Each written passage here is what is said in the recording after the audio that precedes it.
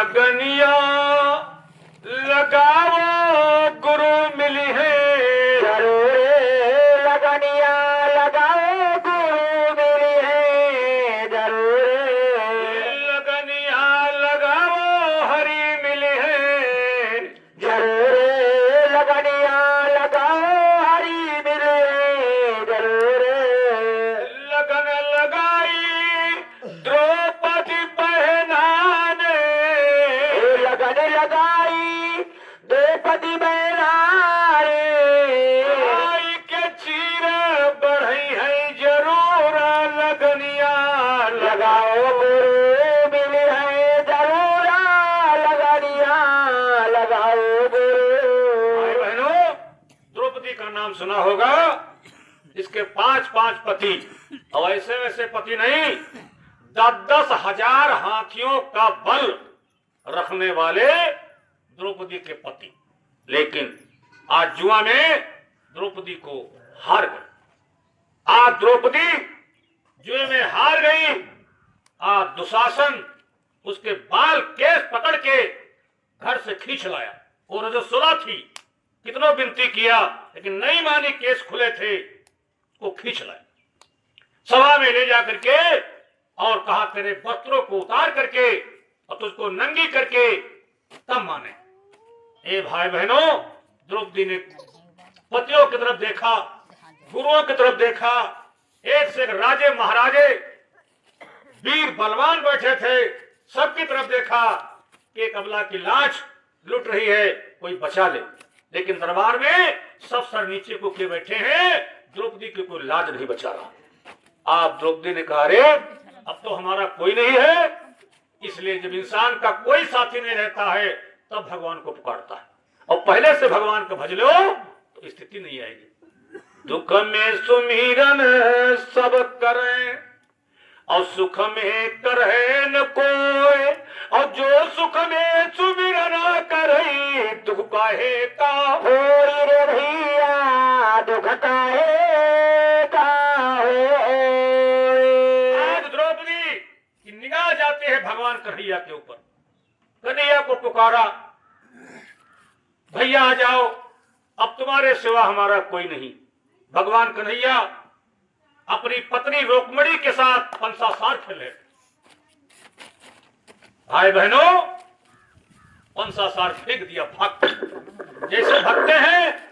आज रुक्मिणी ने हाथ पकड़ लिया, क्या हुआ, कहां जा रहे हो? अरे कहा देवी जी मेरी एक बहन है, उसकी लाज आज लुट रही, और भाई वही है जो बहन का लाज का मतलब किसी प्रकार की दिक्कत समस्या न हो उसे लाज करते। हर स्थिति में भाई बहन के लिए तैयार रहे उसे ही भाई कहते। भाव का भाई होता, भाई का भाव होना चाहिए। भाई बहनों, आज द्रौपदी ने रुक्मिणी ने मना कर दिया कि नहीं, मौसम खराब नहीं जाओगे। अरे कहा क्यों नहीं जाऊंगा, क्या बोले?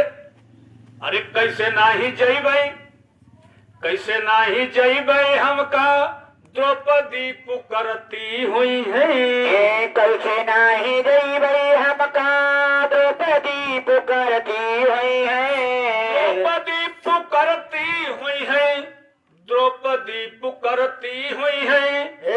द्रौपदी पुकारती है, द्रौपदी पुकारती हुई है। कैसे नाही गई भाई हमका द्रौपदी पुकारती हुई है। कैसे नाही गई भाई हमका। भाई बहनों, रुक्मिणी ने कहा 5 पति हैं।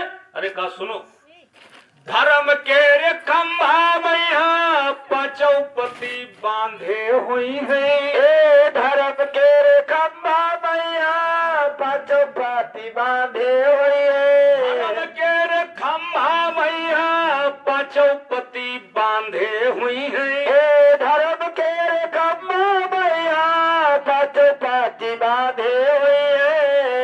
उनका कोई नहीं, हम का गोहरौती हुई है। हुआ उनका कोई नहीं, हम का बोलौती हुई है। नहीं जई भाई हमका द्रौपदी द्रौपदी पुकारती हुई है, कैसे नहीं गई भाई हमका द्रौपदी पुकारती हुई है। बूढ़े ने कहा प्रभु वहाँ बहुत लोग देख रहे होंगे। अरे कहा नहीं नहीं वहाँ देखता होता कौन नहीं, वो कैसे है? अरे आखिर के रे अंधे हुई है, कानर के रे बहिरे हुई है, आखिर के रे अंधे हुई है, कानर के रे बहिरे हुई है, आखिर के रे अंधे हुई है, कानर के रे बहिरे हुई है, आखिर के रे अंधे हुई है, कानर के रे बहिरे हुई है। देती गारी कोई पाता हूँ से मारती हुई है। अरे कौन का गाड़ी देती दाता हो से मारती हुई है, कैसे नाही जइबे हम कहा द्रौपदी पुकारती हुई है। कैसे नाही दैबे हमका द्रौपदी पुकारती हुई है। द्रौपदी पुकारती हुई है, द्रौपदी पुकारती हुई है, द्रौपदी पुकारती हुई है, द्रौपदी पुकारती हुई है। कैसे नहीं दैबे हमका द्रौपदी पुकारती हुई है, कैसे नहीं दैबे हमका। बहनों आज भगवान कन्हैया भाग पड़े, भगवान कन्हैया वहां से भाग पड़े, दौड़ करके हस्तनापुर पहुंचते और साड़ी को बढ़ा दी। इतनी साड़ियां बढ़ा दिया, इतनी साड़ियां जोड़ दिया कि पूरा दरबार साड़ियों से भर गया।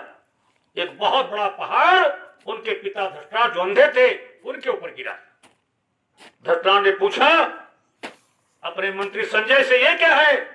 कहा तुम्हारा पुत्र एक अबला को, द्रौपदी को नंगी कर रहा दरबार में, पता नहीं कहां से धोतियां साड़ियां बढ़ रही, वही पहाड़ गिरा धोतियों। अरे कहा तब तो सर्वस्व नाश, तब तो सर्वस्व नाश। भाई बहनों आज द्रौपदी की लाज बची। लाज बची कब?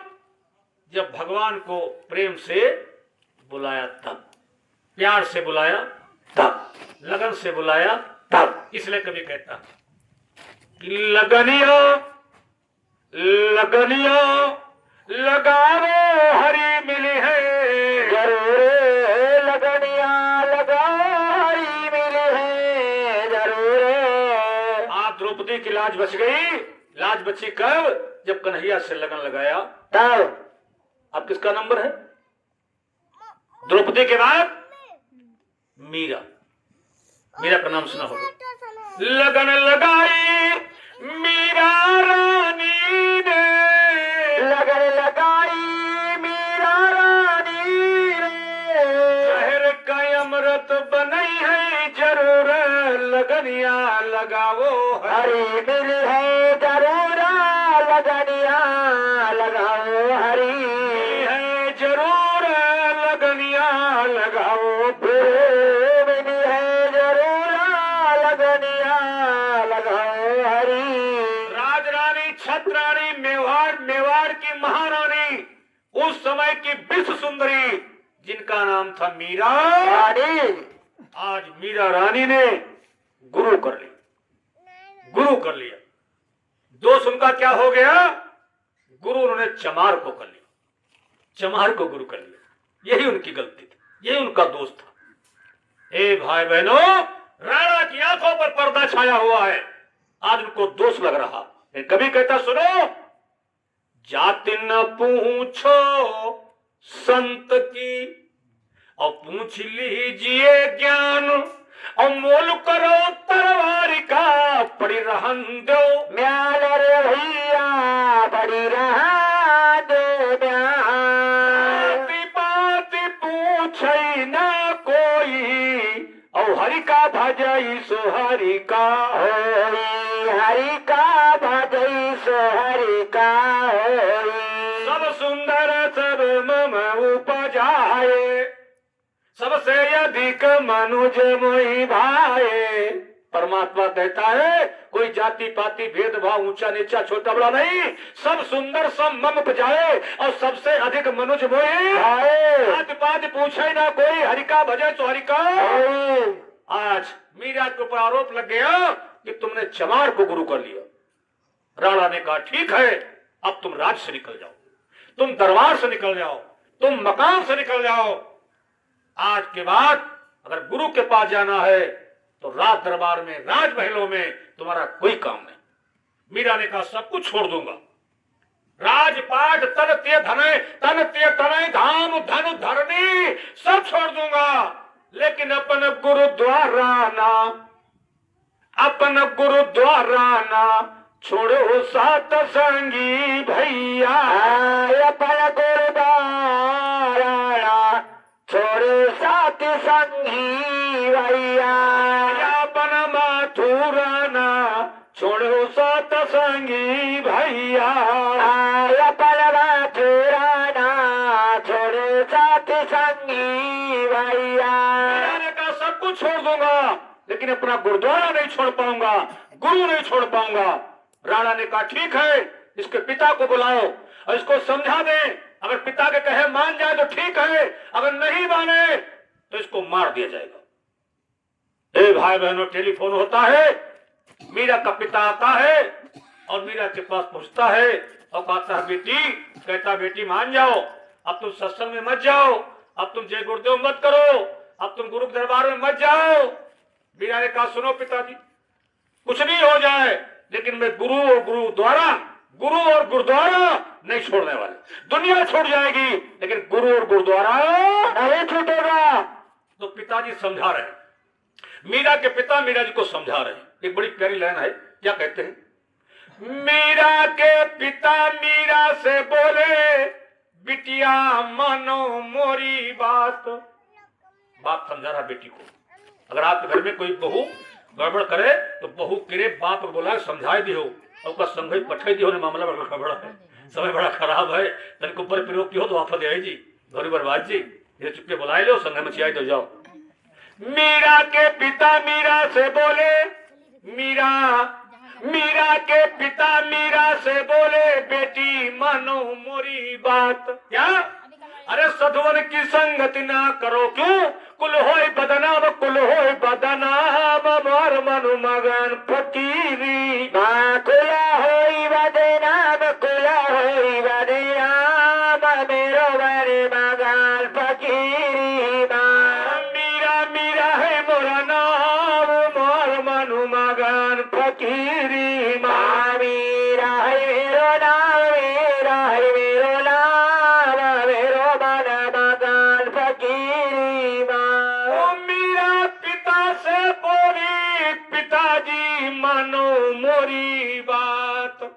मीरा कह रही सुनो पिताजी, मीरा पिता से बोली, पिताजी मानो मोरी बात।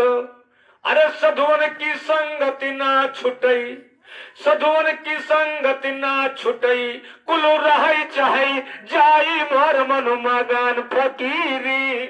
कुल रही चाहे जाई, कुल रही चाहे जाई, मेरो मन मगन फकीरी। कुल रही चाहे जाई मोर मनु मगन फकीरी। कुल रही चाहे जाई, कुल रही चाहे जाई, मेरो मन मगन फकीरी। मीरा मीरा है मोरा नाम, मोर मनु मगन फकीरी। मीरा है मेरो नाम, मीरा है मेरो नाम, मेरो मन मगन फकीरी। ए भाई बहनों, आज मीरा ने पिता की बात नहीं माना। राणा ने कहा जाओ 21 कमरे के अंदर गड्ढा खुदा करके इसको जहर दे करके उसी में दफना दो। आज गड्ढा खोदा गया, मीरा को वहीं भेज दिया गया, दासी के द्वारा हलाहल जहर भेजा गया। दासी ले गई, कहा बेटी लो पी लो, नहीं मानोगे तो पी लो। मीरा ने कहा ठीक पी लूंगी, जहर पी लूंगी, मर जाऊंगी, यह मंजूर है, लेकिन गुरु को छोड़ नहीं पाओगे। मीरा जहर का प्याला हाथ में ले लिया, विचार किया अब तो मर ही जाऊंगी, हलाहल जहर, हलाहल जहर, ऐसा वैसा नहीं, पीने से नहीं बनना, उसको पीना तो बहुत बड़ी बात है, हलाहल जहर छू जाए तो मर गए। वो समुद्र मंथन में निकला था, उसी को शंकर जी ने पिया था। कर्पूर अवतारम, कपूर की तरह शंकर जी उस जहर को पिए थे, तो आज भी काले वो जहर था। ठीक है, प्याला हाथ में लिया, प्याला हाथ में लिया और कहा गुरु की याद कर लूं। क्या कहते हैं? गुरु महाराज तो नहीं मिलोगे, अब तो समय जीवन समाप्त हो जाएगा। क्या कहते हैं? अरे दरासा बिना हो, दरासा बिना दुखवन लागे, नैना दरसो बिना दुखवन लागे, नैना दरासा बिना हो, दरासा बिना दुखवन लागे, नैना दरसो बिना दुखवन लागे, लंबा पद है, अकेले सुन लो। अरे मीरा को प्रभु कबरे